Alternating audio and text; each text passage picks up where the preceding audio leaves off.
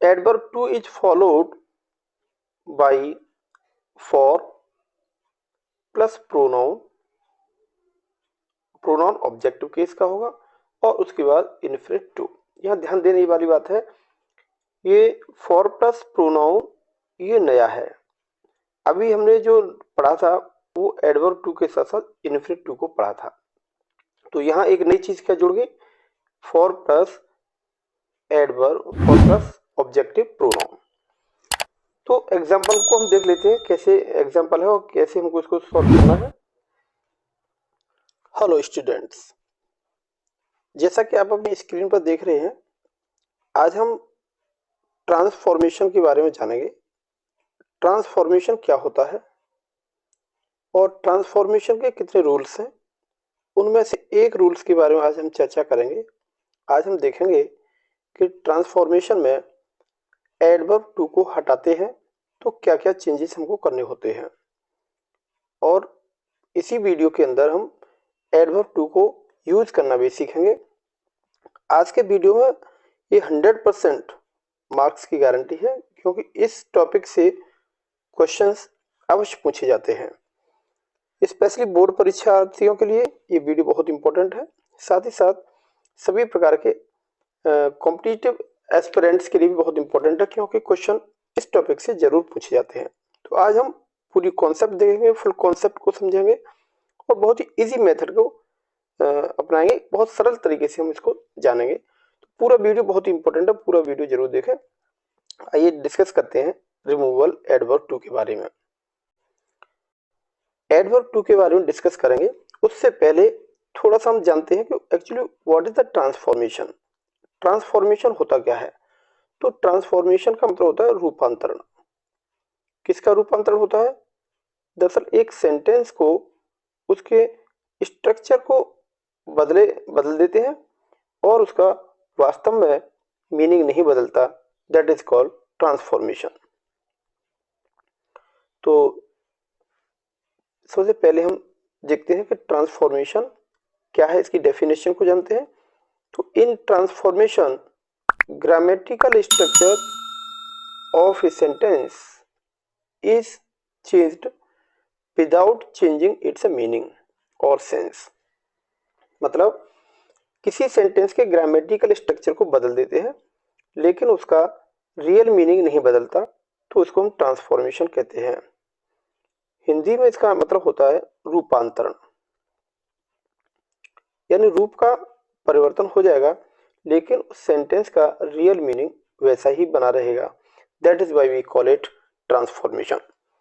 तो ट्रांसफॉर्मेशन को करने के बहुत सारे तरीके हैं, लेकिन आज के वीडियो में हम केवल एक ही टॉपिक को लेंगे जिसमें हम एडवर्ब टू को हटाने का नियम और साथ ही साथ एडवर्ब टू का यूज करने का भी नियम हम डिस्कस करेंगे कि एडवर्ब टू को हटाते हैं तब क्या क्या कंडीशंस होती हैं, कौन कौन से परिवर्तन हमको करने होते हैं, और एडवर्ब टू को पुनः यूज करते हैं तब हमें कौन से परिवर्तनों को ध्यान रखना होता है।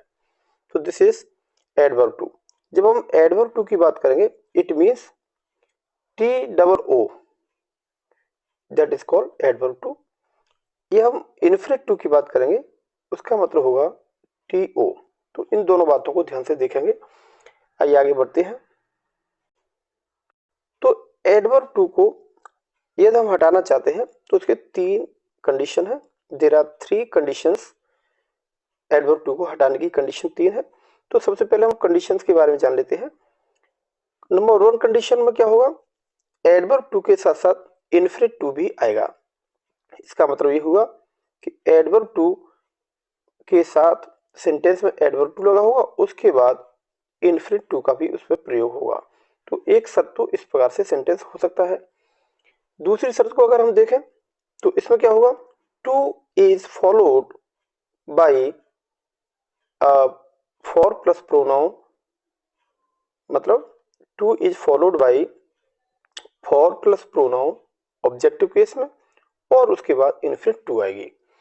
बहुत ही सिंपल सी भाषा में समझ सकते हैं कि यहाँ हम समझना चाह रहे हैं कि एडवर्ब टू का प्रयोग होगा, यानी टी डबल ओ लगेगा, उसके बाद हमको फॉर, और फॉर के बाद एक ऑब्जेक्टिव केस का प्रोनाउन भी लगाएंगे, ठीक है ना, और उसके बाद पुनः इन्फिनिट टू का प्रयोग कर देंगे। तो पहली कंडीशन और इस कंडीशन में केवल एक ही अंतर है कि यहाँ हमने फॉर के साथ ऑब्जेक्टिव केस का प्रोनाउन इन्फिनिट टू और एडवर्ब टू दोनों के बीच में लगा दिया है। यदि हम तीसरी कंडीशन की बात करें तो तीसरी कंडीशन में क्या होगा, too is followed no infinitive, अर्थात विदाउट टू, और उसके बाद एडजेक्टिव का प्रयोग हुआ। तो तीसरी कंडीशन में केवल एडवर्ब टू का ही यूज होगा, उसके बाद इन्फिनिट टू का यूज नहीं होगा, बल्कि क्या होगा, कोई एडजेक्टिव का यूज किया जाएगा। तो इस प्रकार से तीन शर्तों को हमने अगर समझ लिया है तो हम अच्छे से इसको जान जाएंगे कि इनको कैसे हटाएंगे। तो सबसे पहले हम कंडीशन नंबर 1 को देखेंगे कि इसको हटाएंगे तो क्या क्या चेंजेस हमको करने हैं। कंडीशन नंबर 1 को हम डिस्कस करते हैं और जानते हैं कि too is followed by infinitive to. Condition number 1, too के साथ साथ क्या आएगा, टू होगा, एडवर्ब टू, और उसके बाद इसी सेंटेंस में इन्फिनिट टू भी लगा होगा। तब हमारे पास क्या क्या कंडीशंस होंगे उनको देखते हैं। सबसे पहला काम करेंगे, टू को बदल देंगे, टू को हटा देंगे और उसकी जगह पर लगा देंगे सो। सबसे पहला काम करेंगे, too is replaced by so. और क्या करेंगे, ये जो इन्फिनिट टू है, it means to, T O, इसको भी हटा देंगे और इसकी जगह पर लगा देंगे दैट, और उसके बाद सब्जेक्ट, सब्जेक्ट मीन्स कोई प्रोनाउन, और उसके बाद दैट कैन नॉट या कुड नॉट का प्रयोग करेंगे। तो इस प्रकार से हम पहले शब्द को देख लेते हैं, एक एग्जाम्पल से इसको जानेंगे। यहाँ एक एग्जाम्पल है, he is too old to run a race. तो अब बड़े आसानी से देख पा रहे हैं, यहाँ हमने एडवर्ब टू का यूज किया है और इसके साथ साथ इन्फिनिट टू का भी हमने यूज किया है। तो इस कंडीशन में एडवर्ब टू को जब हटाएंगे तो इन्फिनिट टू भी हमको हटाना पड़ेगा। It's very very common thing. Adverb too को जब हटाना है तो इन्फिनिट टू भी हटाना है। तो नंबर 1 क्या क्या चेंजेस करने हैं, एडवर्ब टू की जगह पर हमने सो का प्रयोग करना है, जैसा कि आप देख रहे हैं, एडवर्ब टू हटाएंगे उसकी जगह पर सो लगा देंगे। और जब इन्फिनिट टू को जब हटाएंगे तो उसकी जगह पर हमको लगाना है that plus pronoun plus can not. ये पूरा रिप्लेस करना है हमको इन्फिनिट टू की जगह से। अब सेंटेंस हमारा बन के क्या हो जाएगा, ही इज, सेंटेंस बन के हो जाएगा हमारा, he is so old that he can not run a race. इस प्रकार के सेंटेंस को हम देखेंगे, एडवर्ब टू को हटाएंगे तो इन्फिनिट टू भी हटाना पड़ता है। तो दूसरे एग्जांपल को भी समझ लेते हैं। अब ये प्रेजेंट के टेंस का सेंटेंस था, तो अब पास्ट के टेंस में देखते हैं तो क्या क्या चेंजेस करेंगे। आप देख पा रहे हैं, this is the question, she was too fat to sit properly. एक सेंटेंस है, यहाँ हमको दो काम करने हैं। पहला काम, इस एडवर्ब टू को हटाना है, एक काम। दूसरी कंडीशन है कि इस इन्फिनिट टू को भी हटाना पड़ेगा। एडवर्ब टू को हटाएंगे तो इन्फिनिट टू को भी हटाना पड़ता है। तो एडवर्ब टू की जगह पर हमको क्या लगाना है, जैसा कि अभी मैंने बताया था, एडवर्ब टू को अगर हटाना है तो उसकी जगह पर हमको लगाना है सो, और इन्फिनिट टू हटाना है तो उसकी जगह पर क्या लगाना है हमको, दैट। दैट के बाद जो सब्जेक्ट बनेगा दैट प्लस सब्जेक्ट। सब्जेक्ट कौन होगा, जो प्रोनाउन होगा उसी को सब्जेक्ट बना देंगे, और उसके बाद लगा देंगे कैन नॉट अगर प्रेजेंट का है, या कुड नॉट अगर पास्ट का है। ठीक है ना, इस प्रकार से हम इसको लगाएंगे तो सेंटेंस आंसर क्या बनेगा हमारा, she was too fat to sit properly. तो आंसर होगा she was so fat that she could not sit properly. यहाँ ध्यान देने वाली बात है, जो आगे सब्जेक्ट सी है इसी का हमको प्रोनाउन लगाएंगे, जैसे दैट के बाद लगा देते हैं सब्जेक्ट के रूप में। जैसा कि आपने पहले सेंटेंस में भी देखा है कि he is too old to run a race. तो यहाँ हमने आंसर में दैट के बाद जो सब्जेक्ट लिया वो ही में से ही का ही प्रोनाउन था। तो इस प्रकार से इस सेंटेंस को आपने समझ लिया होगा। कंडीशन दूसरी को भी जान लेते हैं। दूसरी कंडीशन में क्या होगा, so this is the condition number second. Second condition में क्या है, adverb to is followed by for plus pronoun, pronoun objective case का होगा, और उसके बाद इन्फिनिट टू। यहाँ ध्यान देने वाली बात है, ये फॉर प्लस प्रोनाउन ये नया है। अभी हमने जो पढ़ा था वो एडवर्ब टू के साथ साथ इन्फिनिट टू को पढ़ा था। तो यहाँ एक नई चीज क्या जुड़ गई, for plus adverb, for plus objective pronoun. तो एग्जाम्पल को हम देख लेते हैं, कैसे एग्जाम्पल है और कैसे हमको इसको सॉल्व करना है। एग्जाम्पल है, टू इज रिप्लेस्ड, यहां हम टू को हटाएंगे किससे, टू इज रिप्लेस्ड बाई सो। जैसा कि पिछले हमने उसमें किया था कि टू की जगह पर हमको क्या करना है, टू को हटा करके उसकी जगह पर हमको सो लगाना है। ये कंडीशन नंबर 1 होगी। दूसरा का जो कंडीशन है कि फॉर लिखा है और फॉर के बाद प्रोनाउन आएगा, इसको भी रिप्लेस कर देंगे, इसको भी हटाना है। फिर इसको कैसे हटाएंगे, इसके हटाने के लिए हमको कहाँ से लाना है, तो ये जो प्रोनाउन है इनमें से कोई प्रोनाउन सेलेक्ट करेंगे। जैसे यदि फॉर के बाद मी आएगा तो उसके लिए हमको आई लगाना है। फॉर के बाद यदि यू आता है तो उसके लिए हमको यू को प्रोनाउन को यूज करेंगे दैट के बाद। यदि फॉर के बाद हिम आएगा तो उसके लिए हम ही प्रोनाउन का यूज करेंगे, और यदि फॉर के बाद हर आएगा तो फिर हम उसके लिए सी का यूज करेंगे। लेकिन फॉर के बाद अस अगर आएगा तो फिर हम फॉर के बाद अस आएगा तो उसके लिए हमको भी दैट के बाद लगाना है। लेकिन यदि कहीं पर फॉर के बाद देम है, फॉर के बाद देम का प्रयोग है, तो क्या करेंगे, तो देम का हम जो है सब्जेक्टिव केस दे बना देंगे और दैट के बाद दे का प्रयोग करेंगे। तो इस तरीके से हमने देखा कि एडवर्ब टू के साथ अगर फॉर प्लस प्रोनाउन अगर आता है तो क्या करेंगे, जो टू है तो टू को भी हमको रिप्लेस करना है। टू को रिप्लेस किससे करेंगे, टू को रिप्लेस कर देंगे that plus subject can not या कुड नॉट, जैसा कि पिछले नियम में हमने किया था। कंडीशन नंबर 1 में भी हमने ऐसे ही रिप्लेस किया था। तो अब कुल कितने नियम हमारे यहाँ, कितनी कंडीशन करनी है। नंबर 1 टू को रिप्लेस करना है। दूसरा काम, फॉर के बाद जो प्रोनाउन आएगा उसको रिप्लेस कर देंगे जैसा कि अभी हमने डिस्कस किया है। और दूसरा काम है कि इन्फिनिट टू को भी रिप्लेस कर देंगे, और किस से रिप्लेस कर देंगे, इसके साथ रिप्लेस कर देंगे। 3 काम हमको करने हैं कंडीशन नंबर 2 को करने के लिए। अब इसका कोई एग्जाम्पल भी देख लेते हैं ताकि कॉन्सेप्ट हमारी बिल्कुल समझ में आ जाए। यहाँ कुछ एग्जाम्पल हैं जिनमें एडवर्ब टू के साथ साथ फॉर के बाद प्रोनाउन होगा और इन्फिनिट टू का भी प्रयोग होगा। एक बार जरा यहाँ समझ लेते हैं। जैसे लिखा है, the tree is too high for me to climb. तो यहाँ हम देख रहे हैं कि टू के साथ इन्फिनिट टू का प्रयोग तो पहले कंडीशन नंबर 1 में भी देखा था, लेकिन यहाँ नई चीज हमारे लिए है कि फॉर के साथ मी का भी प्रयोग हुआ है। इसको जब हम चेंज करेंगे, इसका ट्रांसफॉर्मेशन करेंगे, तो टू को बदल करके सो में बदल देंगे। टू को किससे बदल देंगे, एडवर्ब टू को बदलेंगे और इसकी जगह पर हम लगा देंगे सो, और इन्फिनिट टू को हटा देंगे और इसकी जगह पर लगा देंगे दैट, और दैट के बाद जो प्रोनाउन आएगा वो फॉर वाला प्रोनाउन हो जाएगा जैसा कभी हमने देखा था। उसके बाद कैन नॉट या कुड नॉट, राइट। ये 3 काम हमको करने हैं। तो एग्जाम्पल को समझ लेते कैसे सॉल्यूशन इसका है। The tree is so high that I can not climb.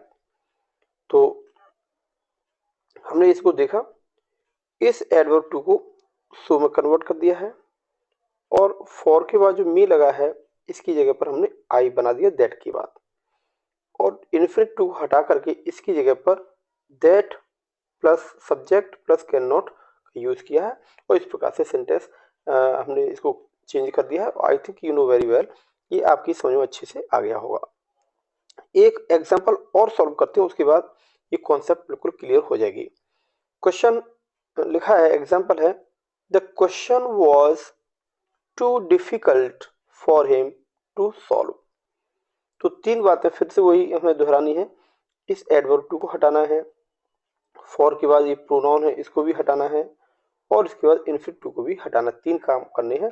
तो एडवर्ब टू को हटा के उसकी जगह पर हमने यहाँ पर सो लगा दिया है, और फॉर के बाद जो हिम है इसका हमने ही बना करके दैट के बाद लगा दिया, और इन्फिनिटिव टू को हटा करके दैट प्लस कुड नॉट का प्रयोग कर दिया, क्योंकि टेंस पास्ट टेंस का है। अब इसका सॉल्यूशन देखें पूरा कंप्लीट क्या बनेगा। तो आंसर होगा the question was so difficult that he could not solve. This is your answer to the given question. इसके बाद एडवर्ब टू को हटाने की तीसरी कंडीशन को भी जान लेते हैं। तीसरी कंडीशन क्या है, adverb too followed no infinite. इसमें कोई इन्फिनिट का प्रयोग नहीं होगा, यानी विदाउट टू का प्रयोग होगा। तो टू इसमें यूज नहीं करना है, लेकिन क्या होगा, एडवर्ब टू के बाद कोई एडजेक्टिव आएगा, ये हमको ध्यान रखना है।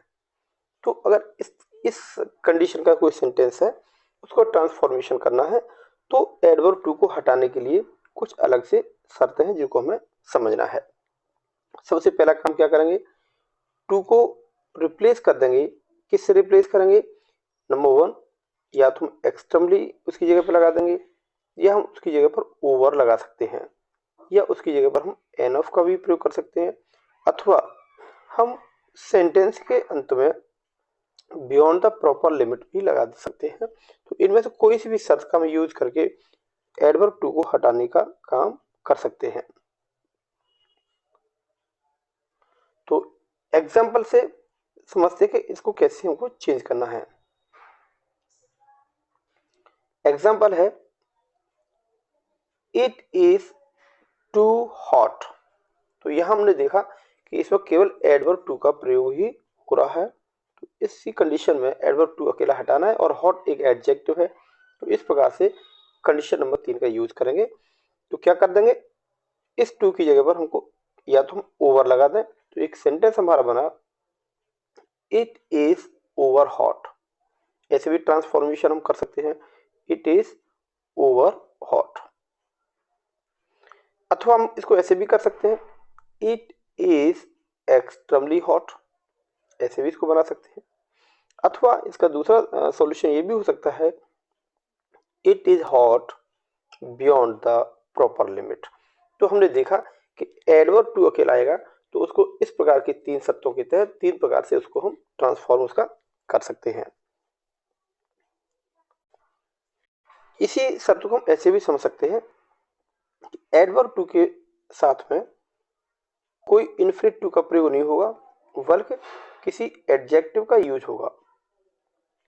तो हमको क्या करना है, टू को हटाने के लिए क्या करना पड़ेगा, पॉजिटिव एडजेक्टिव जो दिया जाएगा उस एडजेक्टिव को हम कंपैरेटिव में बदल देंगे। पहला काम तो ये करना पड़ेगा कि एडवर्ब टू को अगर हटाना है तो एडजेक्टिव को कंपैरेटिव डिग्री में बदल देंगे, और कंपैरेटिव डिग्री के बाद हमेशा देन लगाते हैं, ये तो आप अच्छे से जानते ही होंगे।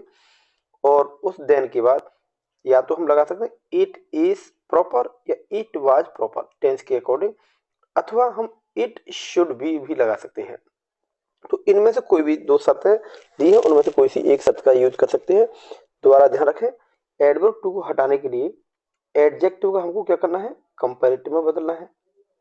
एडजेक्टिव कंपैरेटिव में बदलना है, उसके बाद देन का प्रयोग करना है, और देन के बाद हमको क्या करना है, इट इज प्रॉपर या इट शुड बी,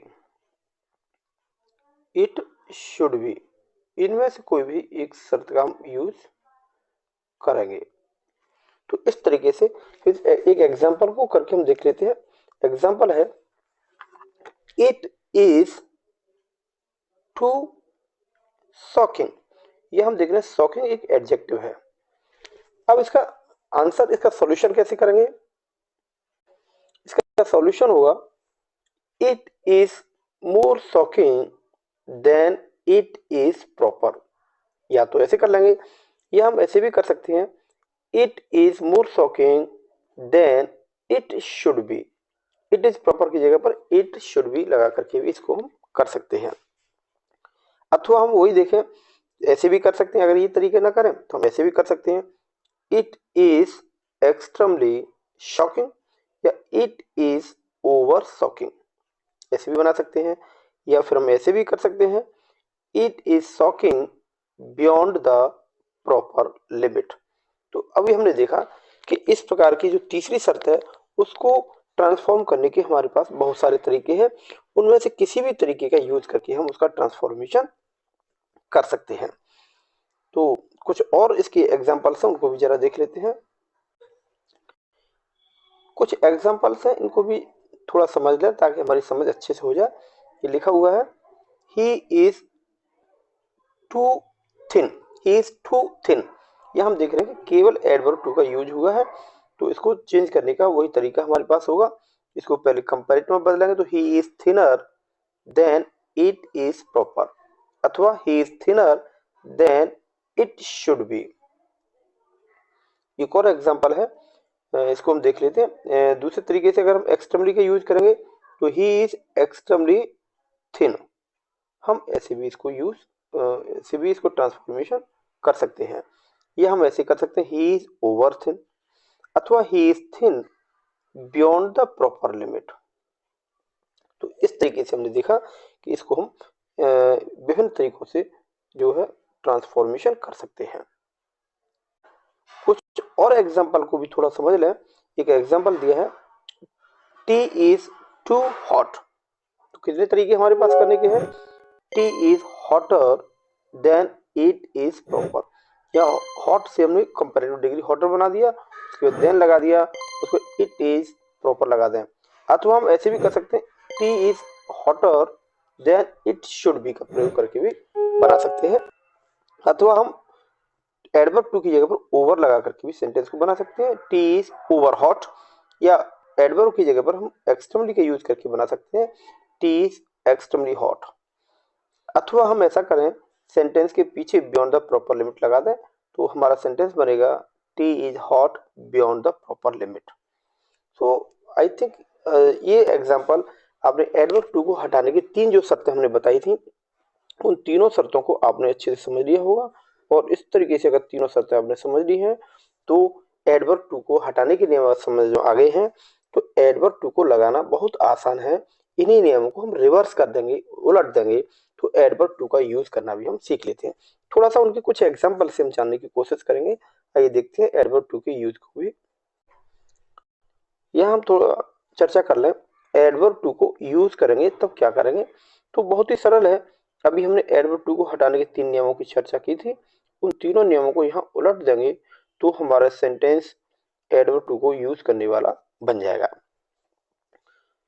क्या लिखा है एग्जाम्पल रूल्स में, मैंने क्या लिखा है, rules to remove adverb too are reversed. वही बात मैं बता रहा था कि एडवर्ब टू को हटाने के जितने भी रूल्स हैं उनको क्रम से हम रिवर्स कर देंगे, उलट देंगे, तो हम एडवर्ब टू को यूज करना भी सीख जाएंगे। एक एग्जाम्पल से सीधा समझने की कोशिश करेंगे, Mohan was so fat that he could not sit properly. बहुत ही सिंपल है, यहाँ एड ये जो सो लगा हुआ है इसकी जगह पर हमको एडवर्ब टू लगाना है। दैट के बाद सब्जेक्ट और कुड नॉट लगा हुआ है, इसकी जगह पर हमको इन्फिनिटिव टू का यूज करना है। तो सेंटेंस क्या होगा, Mohan was too fat to sit properly.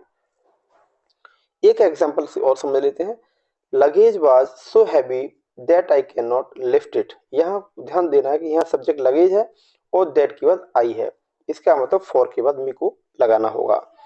तो एडवर्ब सो की जगह पर एडवर्ब टू लगा देंगे, और यहाँ सब्जेक्ट दैट के बाद अलग है, मेन सब्जेक्ट से अलग है, तो फॉर के रूप में ऑब्जेक्ट उसको बना देंगे। तो आंसर क्या होगा, luggage was too heavy for me to lift. इस तरीके से हमने इसको एडवर्ब टू को यूज करना समझ लिया है। कुछ और एग्जांपल देख लेते हैं। The fare from Mainpuri to Agra is too much. यहाँ भी हम देखेंगे केवल एडवर्ब टू का यूज है, तो आराम से इसको हम बना सकते हैं, the fare from Mainpuri to Agra is more than it should be या इट इज प्रॉपर। तो एक तरीके से ऐसे यूज कर सकते हैं। दूसरा तरीका है, the fare from Mainpuri to Agra is extremely much. ऐसे भी कर सकते हैं, या हम ऐसे कर सकते हैं the fare from Mainpuri to Agra is much beyond the proper limit. तो I think students adverb too को लगाने का नियम और एडवर्ब टू को हटाने का नियम दोनों ही तरीके आपने अच्छे से समझ लिए होंगे। यूज भी समझ लिया होगा इसका और इसको रिमूव भी समझ लिया होगा। तो ये टॉपिक बहुत इंपॉर्टेंट है। सभी प्रकार की एकेडमिक एग्जाम में, सभी प्रकार के कॉम्पिटिटिव एग्जाम में यहाँ से क्वेश्चन जरूर आता है। जैसा कि मैं शुरुआत में बताया था, इट्स 100% गारंटीड क्वेश्चन यहाँ से जरूर आते हैं। So student, I think you find this video very informative. अगर आपको लगता है वीडियो बहुत ही यूजफुल है, आपके लिए काम आ सकता है, तो अपने फ्रेंड्स को भी इसे शेयर करें। चैनल को पहली बार आप देख रहे हैं, चैनल पर पहली बार है तो उसको सब्सक्राइब जरूर करें, एक लाइक जरूर करें, कमेंट करें ताकि मैं जान सकूं आपको वीडियो कैसा लगा और किस टॉपिक पर आप नेक्स्ट वीडियो चाहते हैं वो मुझे जरूर लिखें। So stay motivated. Thank you for watching.